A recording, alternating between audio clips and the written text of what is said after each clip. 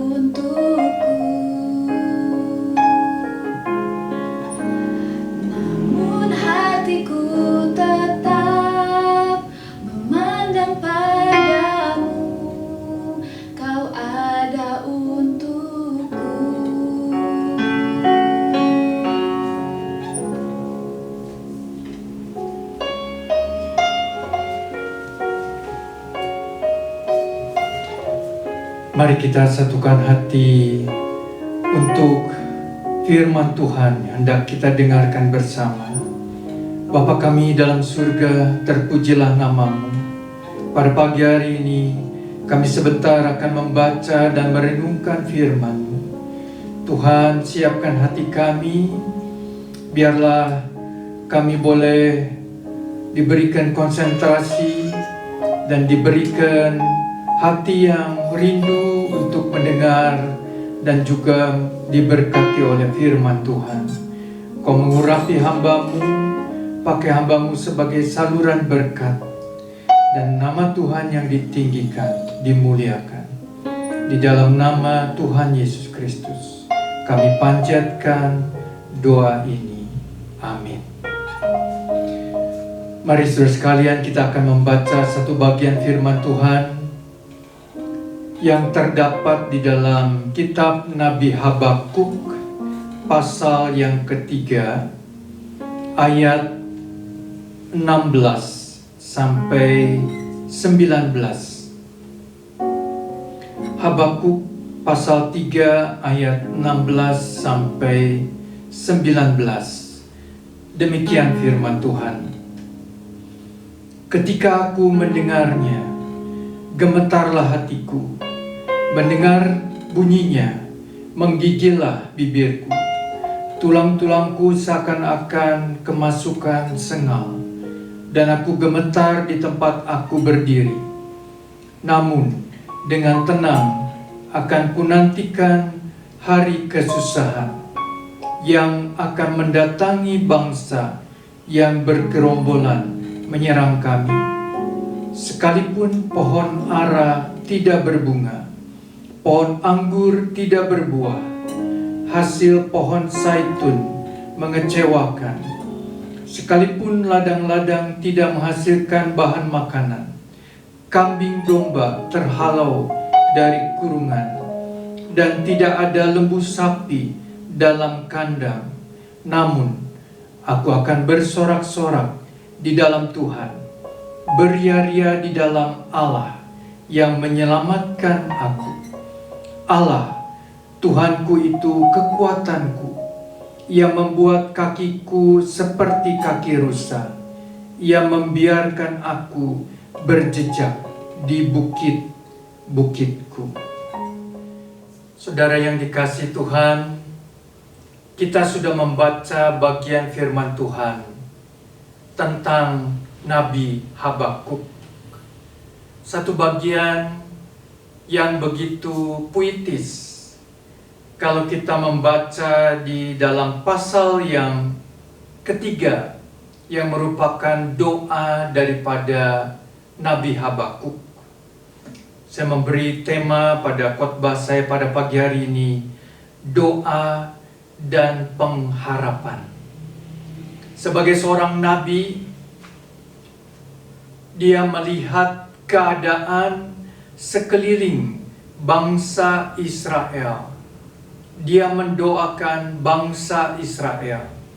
Sebagai seorang nabi, dia mengalami satu pergumulan, satu keluhan. Apa yang dia lihat, apa yang dia rasakan dalam kehidupan bangsa Israel.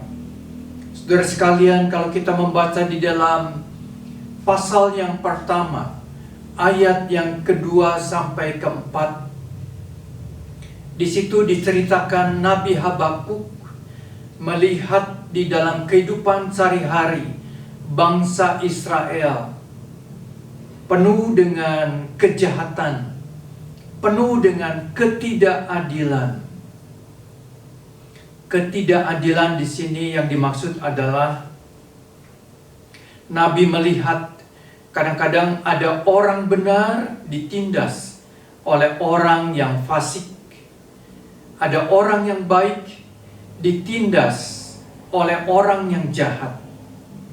Oleh karena pada waktu itu tidak ada hukum yang jelas, tidak ada hukum yang pasti. Maka bangsa Israel melakukan sesuatu yang semena-mena, kekerasan, kejahatan, ketidakadilan. Saudara sekalian, Nabi Habakuk bergumul dan bertanya kepada Tuhan, Tuhan, mengapa umat pilihan Tuhan, bangsa Israel, melakukan hal yang seperti ini? Maka Nabi berdoa, memohon Tuhan kiranya merubahkan, memulihkan bangsa Israel. Saudara sekalian, pada saat ini kita juga berdoa untuk bangsa kita, berdoa untuk umat Tuhan, berdoa untuk gereja Tuhan, berdoa untuk keluarga kita. Tetapi di sini Nabi Habakuk berdoa bukan untuk dirinya, tetapi untuk bangsanya.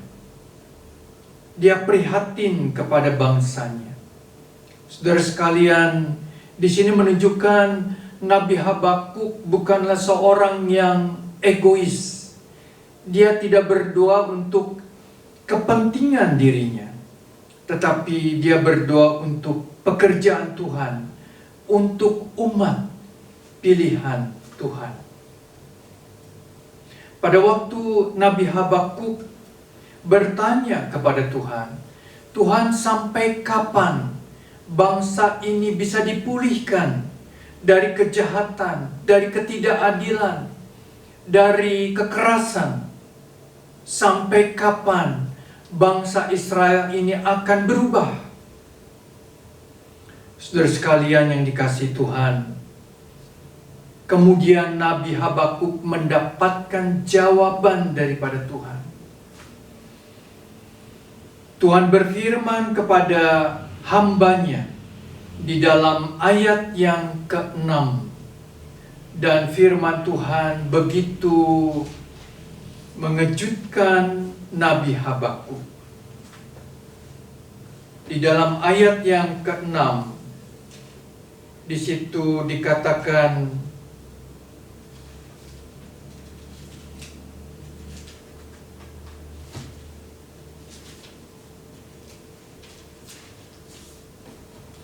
sebab sesungguhnya akulah yang membangkitkan orang Kasdim, bangsa yang garang dan tangkas itu, yang melintasi lintang bujur bumi, untuk menduduki tempat kediaman yang bukan kepunyaan mereka. Nabi Habakuk mendapatkan jawaban daripada Tuhan. Sehingga pasal yang pertama di situ diberi satu pendahuluan bahwa ucapan ilahi dan penglihatan Nabi Habakuk. Apa yang diucapkan oleh Tuhan? Apa yang diucapkan oleh firman-Nya? Satu hal yang mengejutkan.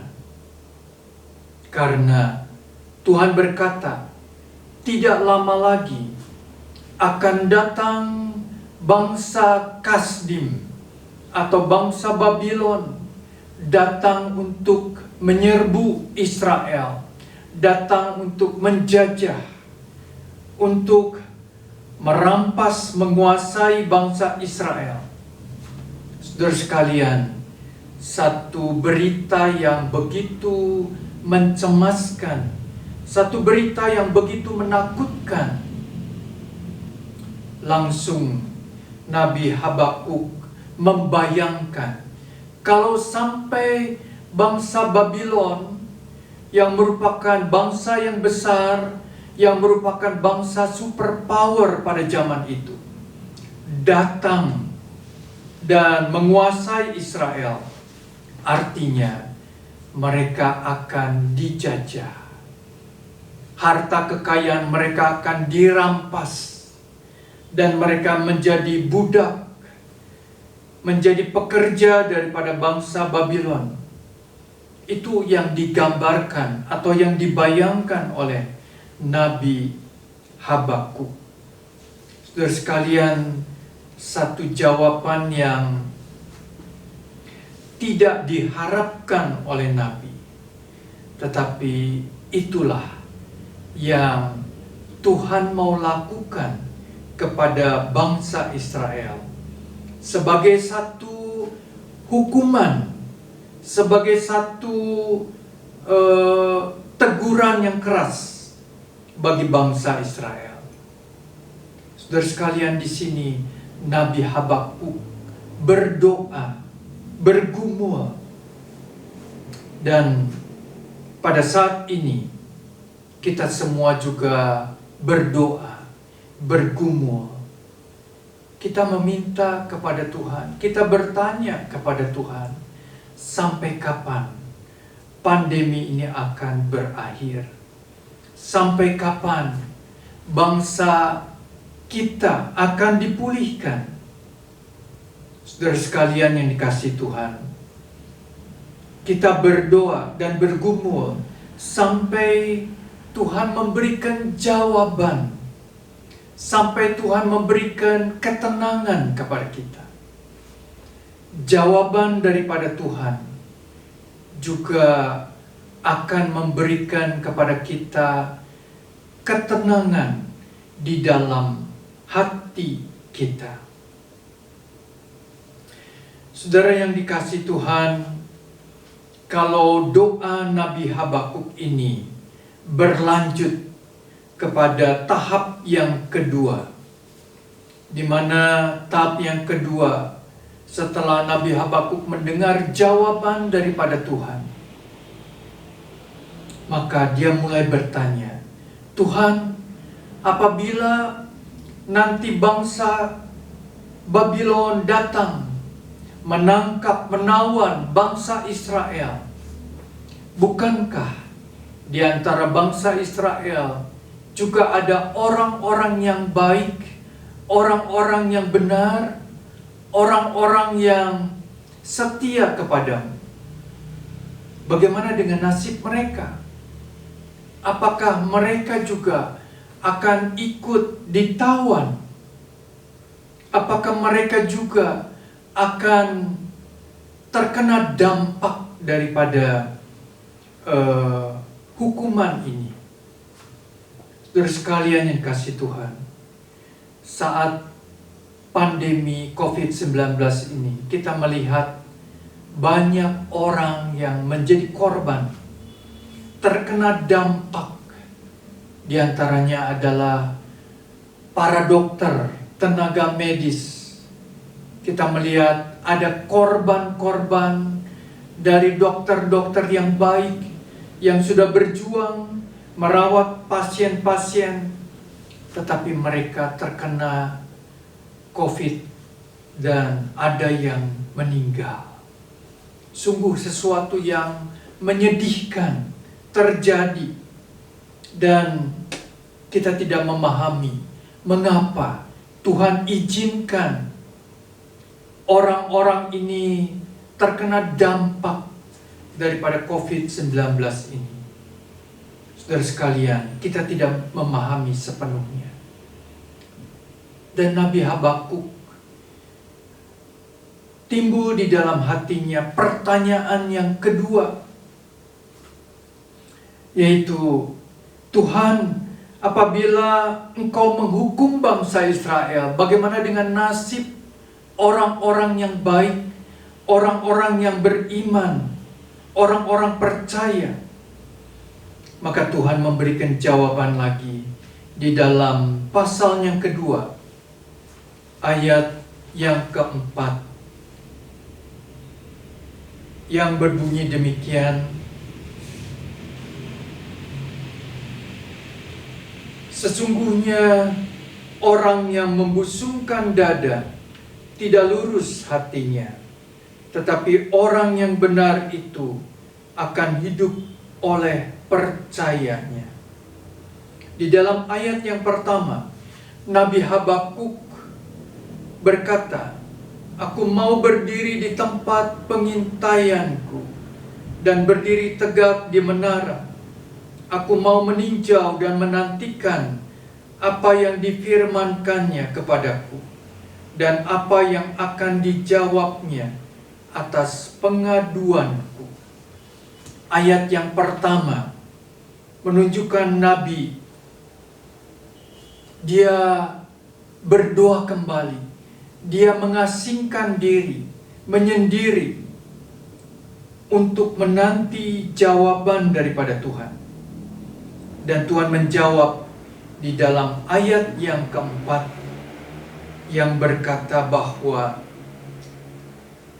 orang-orang yang jahat, orang-orang yang sombong, orang-orang yang membusungkan dada, yang tidak lurus hatinya, Tuhan akan menghukum. Tetapi orang yang benar akan hidup oleh iman. Orang yang benar akan hidup oleh iman.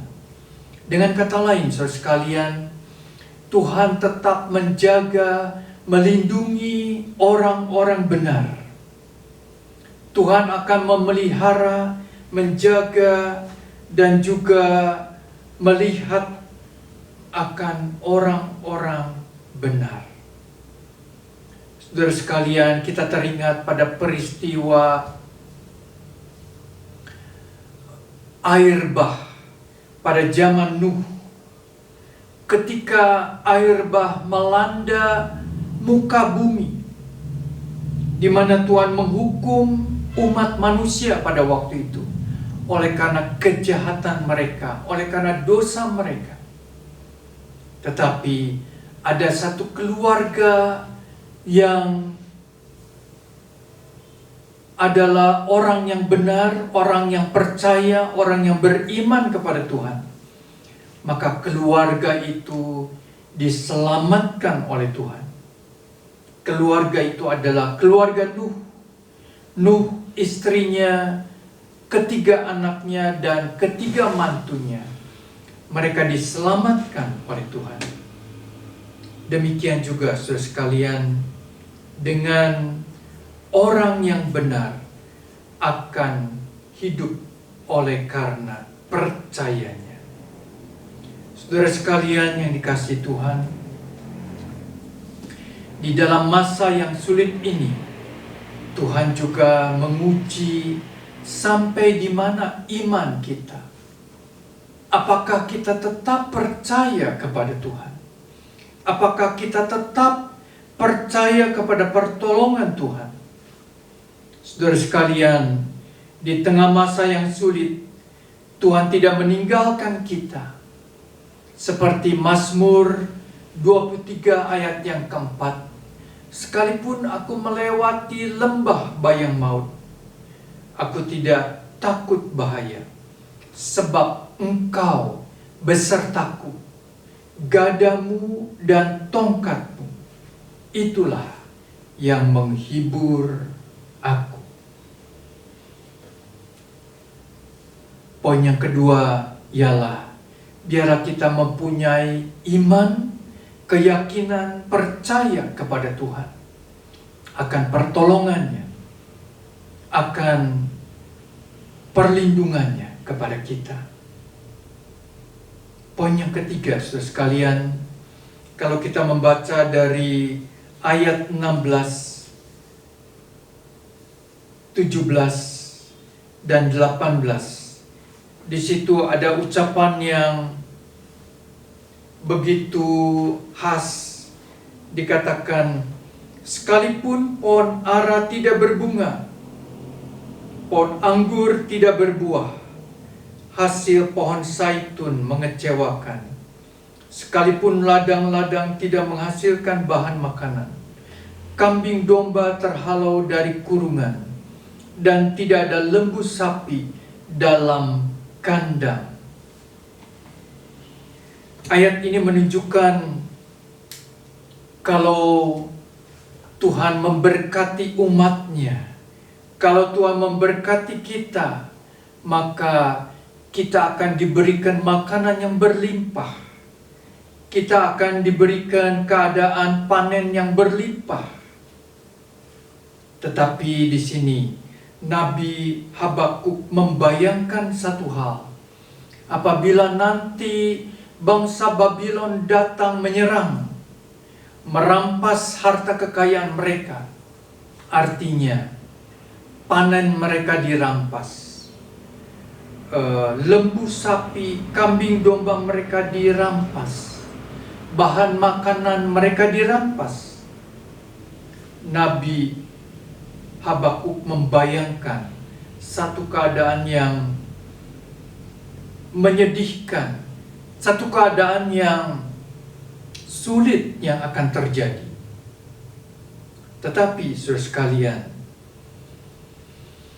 Nabi Habakuk kemudian setelah dia diberikan satu peneguhan oleh Tuhan bahwa orang beriman akan hidup oleh percayanya.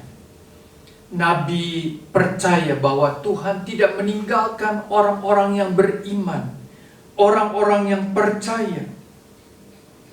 Maka dia dikuatkan hatinya.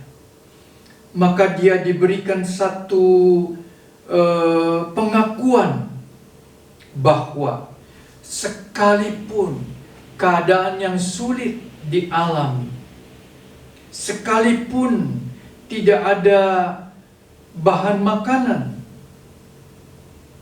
ini satu gambaran yang ekstrim. Tentunya Tuhan tidak akan membiarkan umatnya kelaparan. Saudara sekalian, ini satu gambaran yang merupakan hal yang ekstrim. Tetapi kita bayangkan, ketika bangsa Israel berada di padang gurun, selama 40 tahun mereka mengembara di padang gurun, Tuhan memelihara mereka dengan roti mana dari surga. Tuhan memelihara mereka tidak kelaparan, tidak kekurangan. Saudara sekalian yang dikasihi Tuhan,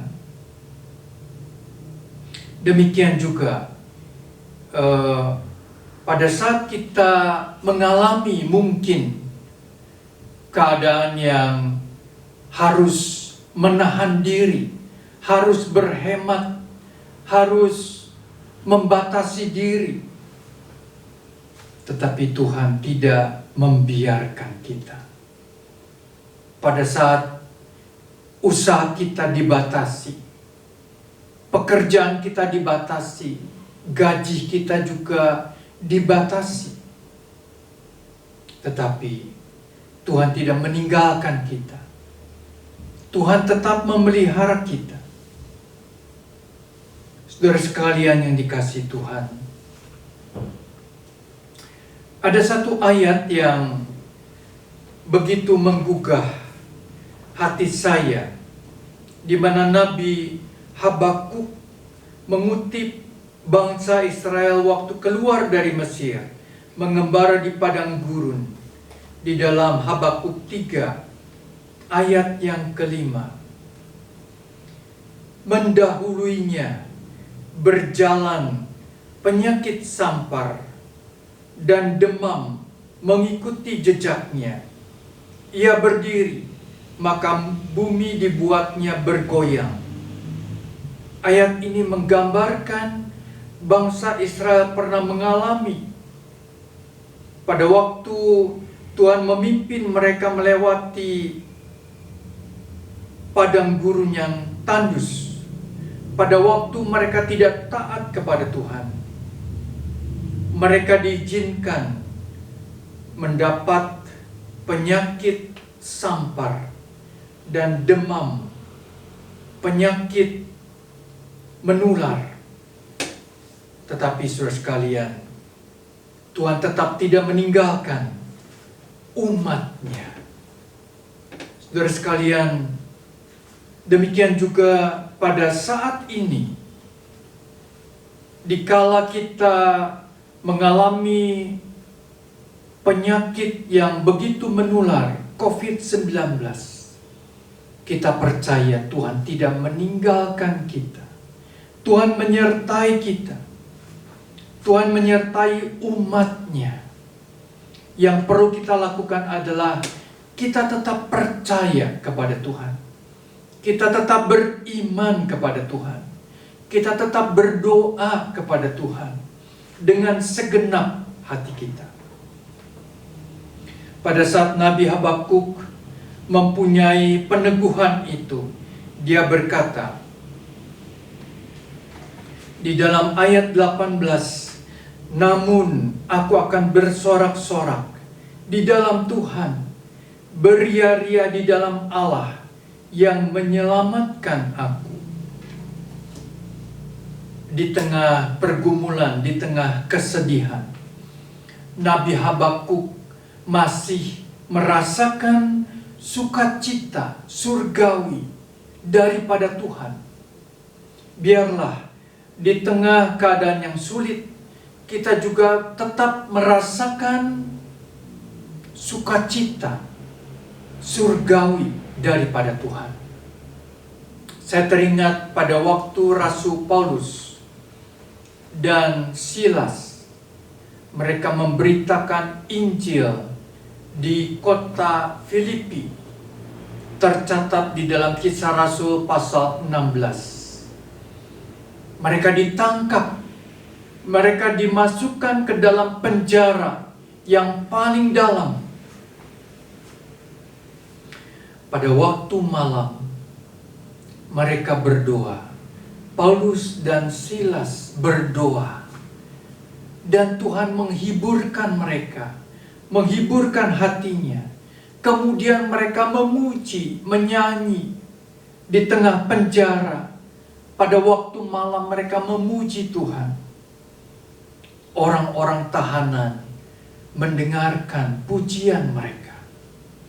Saudara sekalian yang dikasihi Tuhan, biarlah di tengah pandemi, di tengah kesulitan dan pergumulan kita, kita boleh tetap berdoa, kita boleh tetap memuji dan menyanyi bagi Tuhan.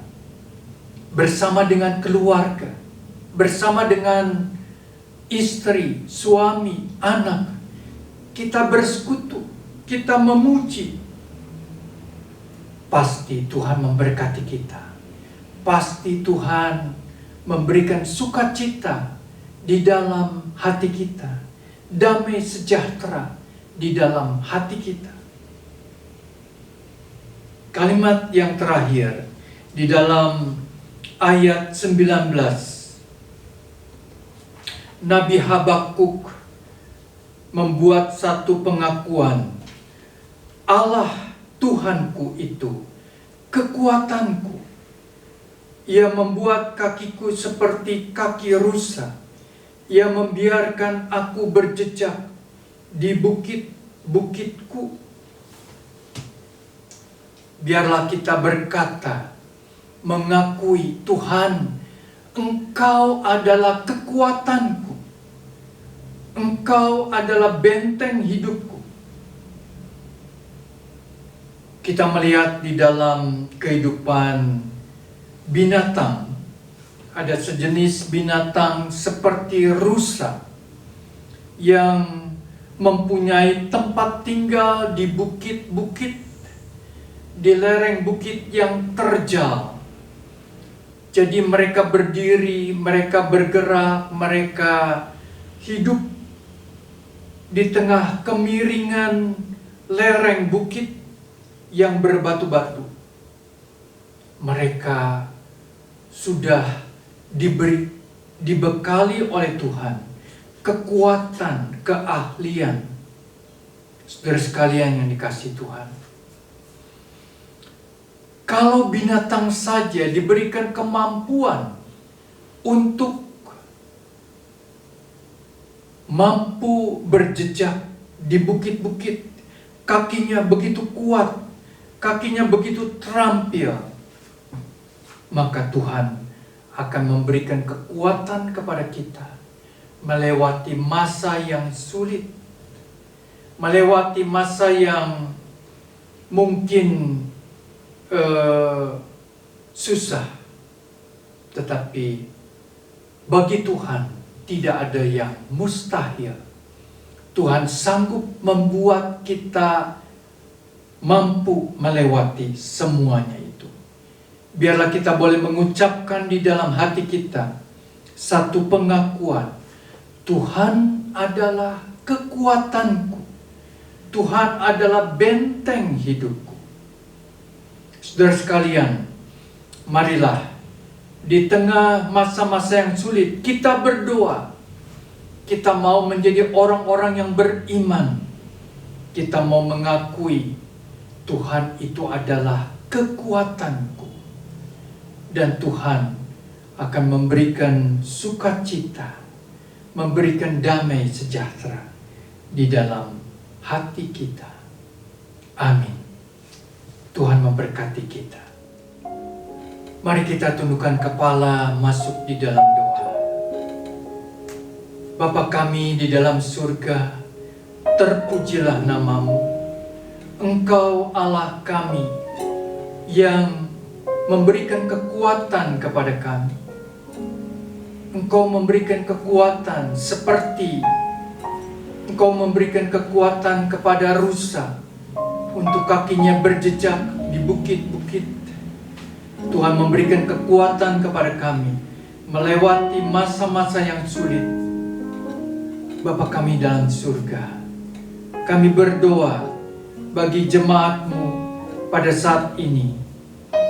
Tuhan kiranya memberikan kekuatan di dalam hati mereka, menghiburkan mereka. Kami berdoa Allah Roh Kudus, Roh penghibur yang akan mendampingi kami, yang akan menguatkan kami. Bapa kami dalam surga, biarlah kami boleh senantiasa mengucapkan, Tuhan itu adalah kekuatanku dan benteng hidupku. Terima kasih Tuhan. Tuhan memelihara setiap keluarga kami, baik secara jasmani, secara rohani. Tuhan menjaga, melindungi kami, aktivitas kami, apa yang kami lakukan. Dan Tuhan menjauhkan dari segala pencobaan, dari segala sakit penyakit. Tuhan, kami bersyukur sampai pada saat ini kami masih dipelihara oleh Tuhan.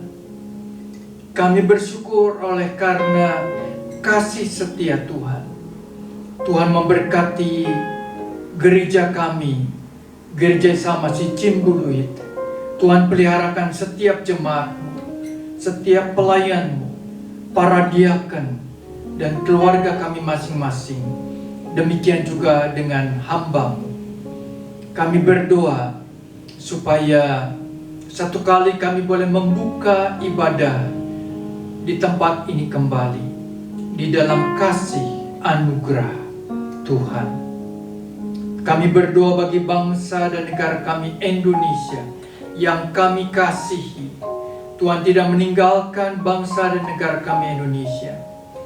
Tuhan memberkati mulai dari Bapak Presiden, para menteri, aparat-aparat keamanan, TNI, Polri, dan semua gugus tugas COVID-19. Tuhan menjaga, melindungi mereka, menolong mereka di dalam mereka melakukan tugas, kewajiban, dan kebijakan mereka. Kami percaya Tuhan memperlengkapi mereka dengan segala kasih karunia dan pertolongan. Terima kasih Tuhan. Terima kasih. Saudaraku yang kekasih, setelah kita mendengar firman Tuhan, terimalah berkat Tuhan.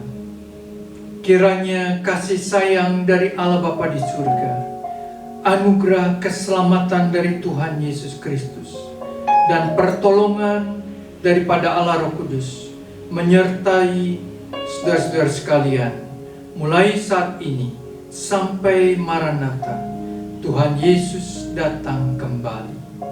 Amin. Tuhan memberkati kita semua.